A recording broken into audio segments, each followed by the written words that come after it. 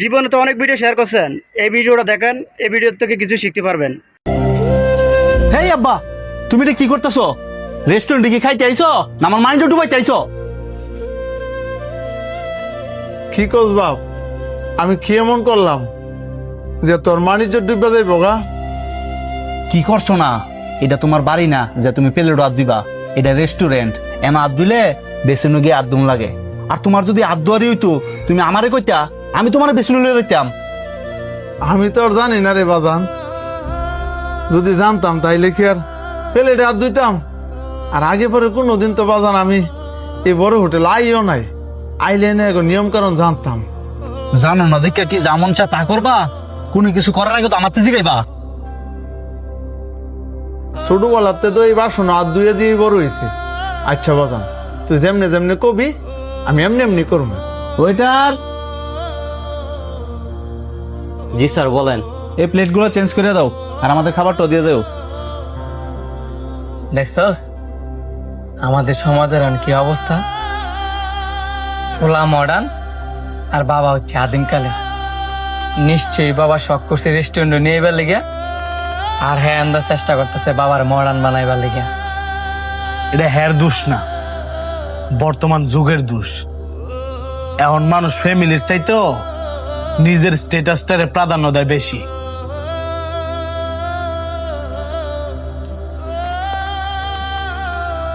এই যে স্যার আপনাদের চাউমিন,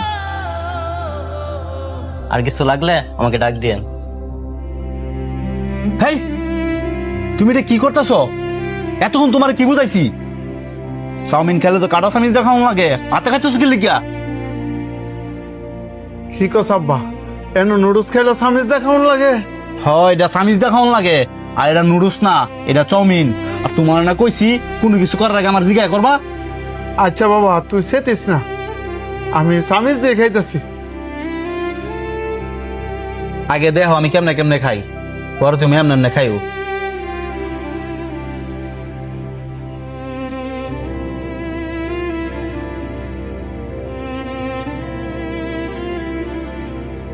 এমনি কি মানুষে খায়?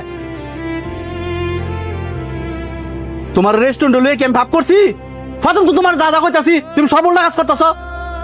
বাবা তুই সেত্তা সৎকে রে, আমি তো তোরে প্রথমেই কইছি আমি কোনোদিন এমন বড় হোটেল আই নাই। আর আইসি না দেখেই তো তোরে কইলাম লইতি। তোমারে লইয়ে এম ভাব করছি। আসলে আপনার আব্বাই ভাব করছে আপনার মতো একটা সন্তান জন্ম দিয়া। কি কইতেছ এইসব উল্টা পাল্টা কথা? উল্টা পাল্টা কথা আমি কইতাছি না, উল্টা পাল্টা কথা কইতাছেন আপনি। যেই বাবা সুডুবালা হাতে ধরায় খাবার খাওয়া শিয়েছে, যেই বাবা সুডুতে বড় করছে, আর আজকে আপনি ওই বাবার এই খাবার খাওয়া শিয়াইতেছেন। আপনার আব্বাই শখ করছে, আপনি রেস্টুরেন্টে খাইতে নিয়ে আইছেন। এখন দেয়া যেতেছে আপনার বাবার শখের চাইতে আপনার মান সম্মানটাই দামি। আপনার মান সম্মানটাই যদি দামি হয় তা আপনার বাবার আপনি রেস্টুরেন্টে খাইতে নিয়েছেন কি লিগা?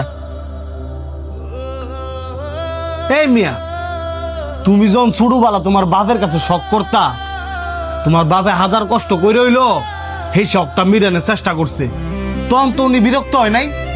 আর তুমি সামান্য রেস্টুরেন্টে খাওয়াই তাই না বিরক্ত হয়ে গেছো গা? আমরা কালো কথা হইতেছি, বাপের মর্ম কি হ্যাঁ বুঝে? যদি বুঝতো তাহলে বাপটার লগে কি হ্যাঁ এমন খারাপ আচরণ করতো? শুরুতে যে বাপ বড় করছে, আর আজকে দেখ এই বাপের চেয়ে বড় হয়ে গেছে গায়ের মান সম্মান। এই বেড়া, তোর তো উচিতা ছিল তোর বাপে যেহেতু খাইতে পারে না তুই নিজের হাতে তুলে তুলে খাওয়াই দিতি। এই যে তুই আজকে ভালো মন্দ খাইতাছস, ভালো পোশাক আশাক পরতাছস, কার অবদানে? তোর এই বাবার অবদানে।